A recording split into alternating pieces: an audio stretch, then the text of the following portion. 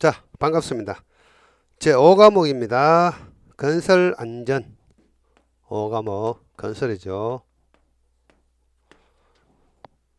여러분들 뭐 전공에 따라 다르겠지만 특히 이 건설 안전 파트를 좀 어려워하시는 분들도 있는 것 같아요. 왜냐하면 뭐 경험치가 없다 보니까 뭐 마찬가지입니다. 이 산업 안전은 어떻습니까? 다양한 어떤 분야가 총망라되어 있죠. 뭐 소방, 화학, 이연물, 기계, 인간공학, 뭐 잡다한 것들이 같이 모여 있는데 뭐 어쩔 수 없습니다. 과목 특성상 이 자격 특성상 다양한 거죠. 그리고 산업이 뭡니까? 우리나라의 전 산업이 뭐 한두 가지가 아니지 않습니까? 그러다 보니까 조금 과목이 많을 수도 있는데 뭐 어쩔 수 없습니다. 여러분들 합격하기 위해서는 이해가 되시면 되시는 대로, 안 되면 안 되는 대로 이렇게 공부를 하시면 되겠습니다. 자, 81번 문제입니다. 집안 조사 방법 중 집안을 강간으로 천공하고 토사를 채취 여러 가지 시험을 시행하여 집안의 토질 분포, 흙을 증상과 구성 등을 알 수 있는 것은, 자, 이런 땅이 있는데 여기에 어떤 구조물을 합니다. 뭐 건물을 짓든 교량을 하든 뭐 도로를 만들든 뭐 어떤 걸 하기 위해서 이런 건물을 만약에 건설 공사를 한다. 그래서 이 하부 집안의 상태를 알아야 됩니다. 알아야 되는데 그것을 알기 위해서는 자, 이렇게 해서 구멍을 뚫습니다. 뭐로? 보링기로. BORING. 한국말로 적으면은 보링이라고 이야기합니다. 구멍을 뚫어 가지고 이 속에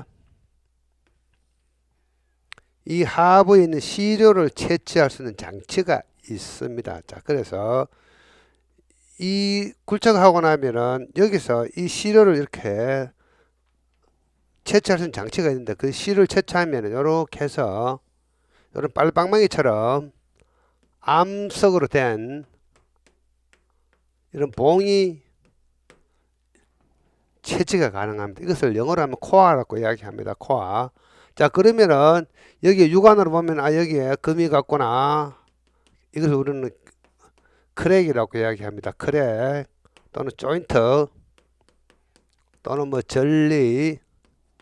자, 그 다음에 이 암석의 성분은 뭐 어떤 성분이겠구나 하는 이런 것을 이 코어를 가지고 육안으로 확인이 가능합니다. 자, 이게 뭐냐?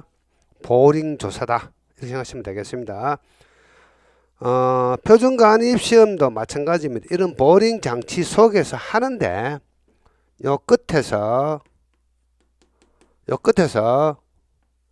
로또가 이렇게 여기서 이제 무거운 줄을 약간 76kg 정도 되는 무거운 줄을 땅땅땅땅 때립니다. 때리면은 이것이 이 땅 속으로 약 한 30cm 들어갈 때 몇 번 때렸느냐? 이게 만약 50번 때렸으면은 N 값이라고 해서 N 값이 50이다. 40번 때려서 30cm 들어가면은 N 값은 40이다.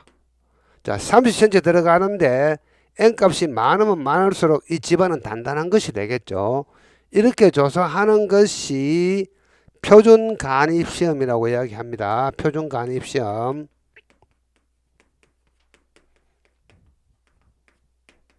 자, 그래서 결국은 이 표준 간입 시험도 결국은 보링을 해서 하는 겁니다. 따지고 보면은. 근데 문제의 질문이 뭔가 하면은 강간으로 천공하고 토사를 채취 후, 토사뿐만 아니고 암석도 채취합니다. 자, 여기까지는 토사가 있겠죠. 토사. 그 하부에는 뭐 암석이 있겠죠. 토사 및 암석을 채취해서 이 흙의 청상, 이 부분에 어떤 흙들이 있는지 구분하는 것을 보잉이라고 이야기하고, 똑같은 방법인데 여기에다가 때려서 얼마나 더 가는지 확인하는 것을 우리는 표준 간입 시험이라고 이야기하고, 베인 테스트는 뭔가 하면은, 자, 베인 테스트는 자, 이런 집안에 이렇게 생긴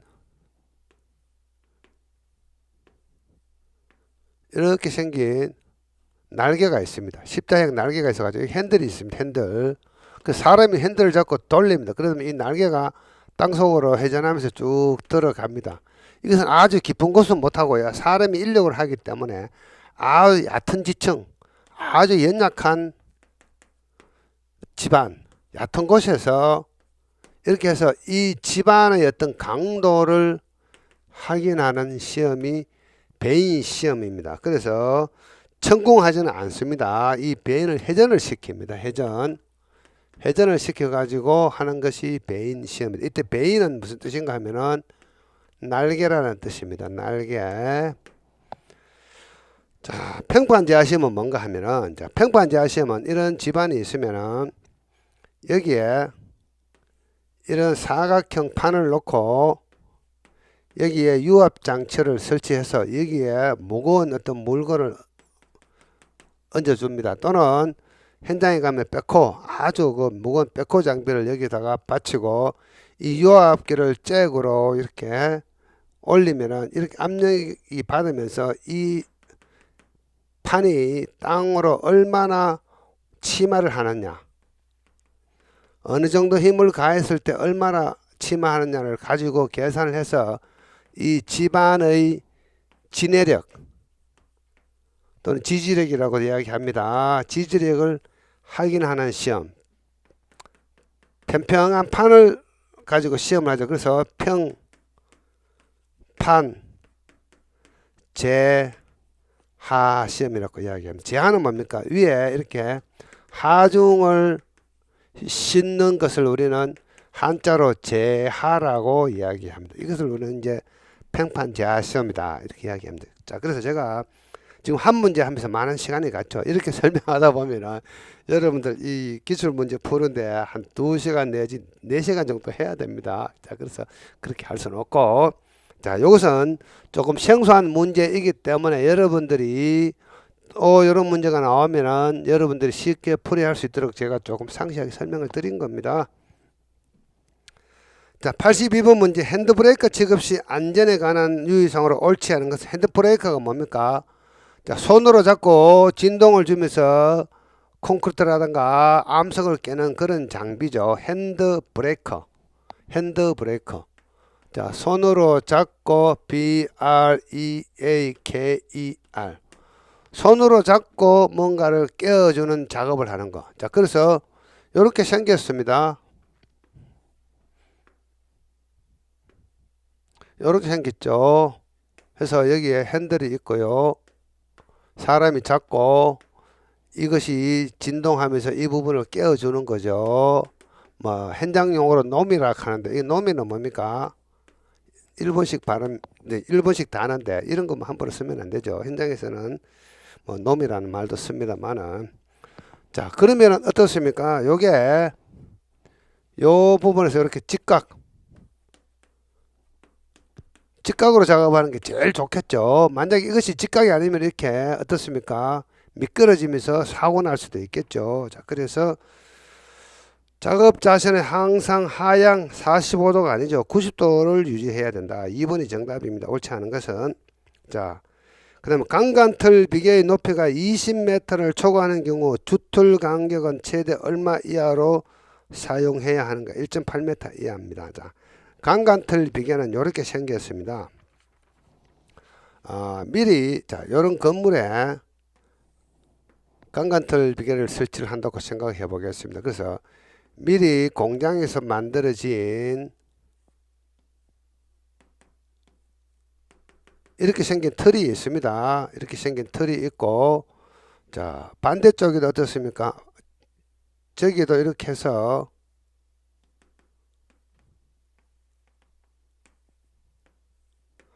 또 이렇게 생긴 틀이 또 있겠죠. 이렇게 서로 설치하고 이 부분을 이렇게 연결을 하는 겁니다. 그리고 요 위에 어떻습니까? 또 하나 더 올라가겠죠. 이런 식으로. 반대쪽도 마찬가지. 저 반대쪽도 이렇게 해서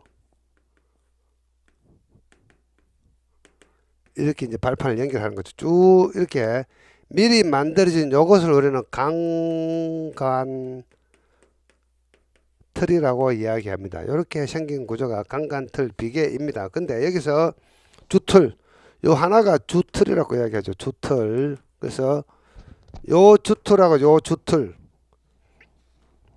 그래서 이 주틀과 이 주틀 간의 간격은 얼마? 1.8m 이하로 해야 된다. 그래서 3번이 정답이 되겠습니다. 자, 84번 문제입니다. 흙막이 가시설의 버팀대의 변형을 측정하는 계측기에 해당되는 것은, 자, 칠판에 좀 복잡하죠. 좀 지우고 하겠습니다. 자, 84번도 마찬가지입니다. 제가 그림을 하나 그려 보겠습니다. 자, 이런 집안에 지하 공사를 하기 위해서 땅을 팝니다. 자, 그래서 이런 식으로 흙막이 벽을 이렇게 설치를 합니다.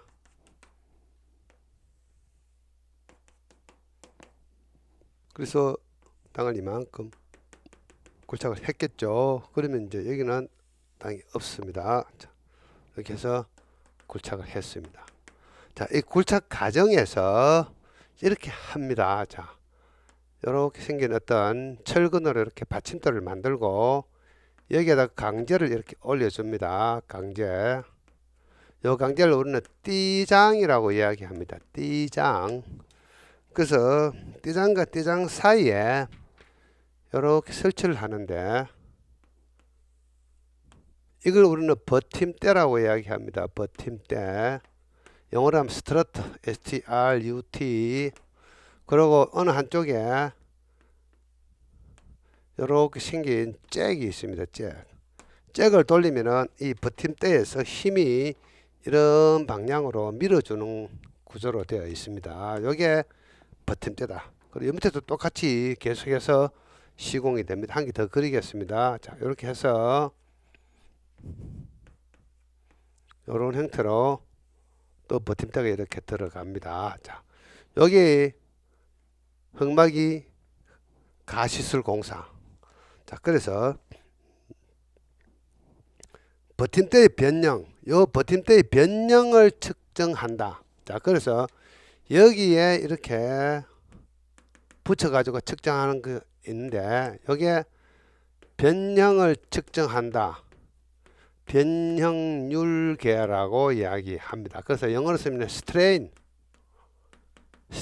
GAGE, 스트레인 게이지 또는 스트레인 메타, METER 이런 말을 씁니다. 자, 그래서 정답은 스트레인 게이지. 자, 이 게이지 영어가 GAGE라고 적어도 맞고요. GAUGE라고 적어도 맞습니다. 요 스펠링 둘 다 맞습니다. GAGE 또는 GAUGE.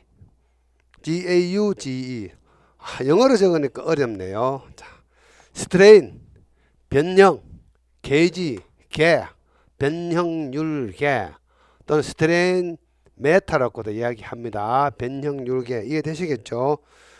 자, 그 다음에 워터 레벨 메타. 자, 여기서 지하수가 이렇게 있으면은 지하수위 워터 LEVEL 이때 위자는 뭡니까? 높이라는 뜻이죠. 물의 높이 워터 레벨 게이지 GAGE 이해되시겠죠? 워터 레벨 게이지 또는 워터 레벨 메타 METER 이렇게 쓰면 이거는 뭡니까? 지하수위계 한국말로 지하수위계 영어로는 워터 레벨 게이지 또는 워터 레벨 메타 이렇게 쓰고요. 피에조메타 PIEZOMETER 요 피에조메타는 흙막이에 쓰는 것이 아니고요. 자, 제방이나 이런 흙댐을 건설했을 때 여기에 땅속의 어떤 강극수의 높이가 얼마나 되느냐를 측정하기 위해서 이런 식으로 설치하는 간이 있습니다. 그래서 이걸 조사해 보면은 이 속의 수위가 요만큼 있다. 그러면 요만큼 강극수가 상승되었다. 그래서 흙 속의 어떤 강극수의 위치, 높이를 측정하는 게 피에조메타입니다. 피에조메타는 흙막이에는 쓰지 않습니다. 로드셀. 자, 로드셀은 여기에 잭을 설치한다 그랬죠. 이 잭 쪽에다가 이렇게 설치하는 게 있습니다. 로드셀. 하중계라고 이야기합니다. 하중계. 자, 그래서 여기에 일정한 힘을 이렇게 가했을 때 나중에 여기서 토압이 받겠죠. 토압이 받는데 이 토압이 시간이 지나면서 계속 증가할 수가 있어요. 그래서 이 토압의 증가치를 이 하중계에서 읽을 수가 있습니다. 그래서 이 하중계의 어떤 변화치를 보고 여기서 토압이 얼마나 밀려오는지를 확인하는 장치가 로드셀입니다. 로드셀. 자, 이것을 하중계라고도 이야기하고 응력계라고도 이야기합니다. 하중계 또는 응력계. 자, 또 다른 말로 이것을 여기서는 스트레인 게이지라고 이야기했는데 스트레스 게이지, STRESSGAGE, 스트레스 게이지라고도 이야기합니다. 이 스트레스라는 말이 붙으면은 이것은 응력이라는 뜻입니다. 응력. 자, 응력이나 로드, 하중이나 사실은 같은 말입니다. 이때 쉘은 여기에 붙인 이 장치를 쉘이라고 이야기합니다. 자, 그래서 로드 쉘, 스트레스 게이지, 여기서는 응력계 또는 하중계라고 명칭이 붙어 있다. 자, 이해되시겠죠? 자, 요거 여러분들 화면 멈추고 요 그림 메모하십시오. 다음에 요런 문제 나오면 어떻습니까? 요 그림만 기억하시면은 여러분들은 이 문제에 대한 답을 쉽게 찾으실 수가 있습니다.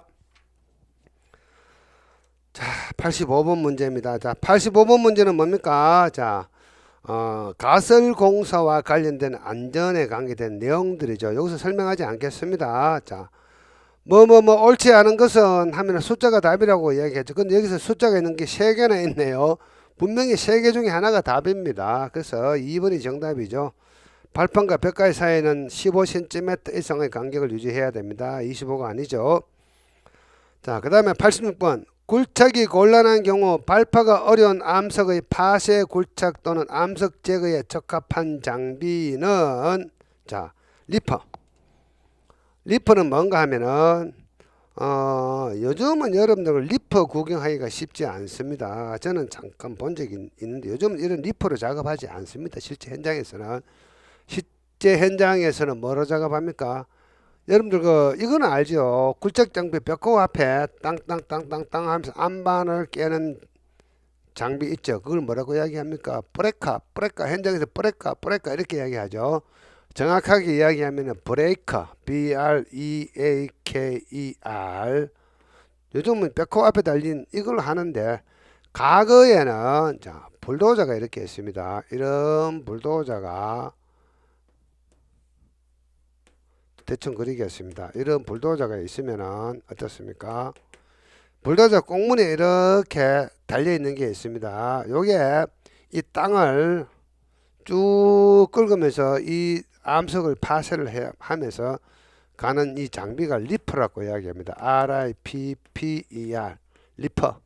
한국말로 적으면은 리퍼라고 읽습니다. 리퍼.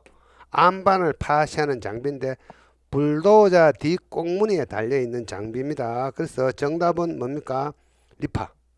스크레이퍼는 뭔가 하면은 토공 장비인데 자, 이런 집안에서 앞에 이렇게 차가 지나가면서 뒤에 이것을 끌어가지고 흙을 끌어가지고 쭉 운반해서 여기다가 이렇게 펴주는 일종의 굴착도 하고 운반도 하는 장비입니다. 이것은 뭡니까? 순수한 토사일 때 암석은 작업이 불가능합니다. 순수한 토사일 때 이 부분을 끌어 가지고 일정한 장소로 운반해서 쭉 펴주는 장비가 스크래퍼 SCRAPER이라고 이야기합니다. 스크래퍼. 자, 요 스크래퍼는 토공 장비입니다. 토공 장비. 롤러는 뭡니까? 다지는 장비, 다짐 장비죠. 그 다음에 드래그 라인은 뭡니까? 토사 굴착 장비죠. 좁은 곳에서 토사 굴착 장비. 자, 그래서 암석 등을 파쇄하는 장비는 리퍼가 되겠습니다. 자, 그다음 87번 문제입니다. 자, 철골공사에서 용접 작업을 실시함에 있어서 전격 예방. 전격이 뭐죠? 감전사고를 이야기하는 거죠. 옳지 않은 것은, 자, 전격 방지를 위해 자동 전격 방지기를 설치한다. 우리가 저기 보시면은 교류 용접기 있죠. 전기 용접기. 그걸 이야기하는 거죠. 우천 강설 시에는 야외 작업을 중단한다. 당연한 거죠. 야외에서 비 맞으면 감전될 수도 있습니다. 자, 그 다음에 3번 계로 전압이 낮은 교류 용접기는 사용하지 않는다. 자, 계로 전압. 전기 아크 용접기에서 이런 어떤 용접 모재가 있으면은 용접공이 이렇게 아크 발생을 이렇게 하다가 아크 발생을 중단을 했습니다. 중단을 한 상태를 우리는 계로 상태라고 이야기합니다. 그때는 이 용접기에 이 아크 발생을 중단하면 더 이상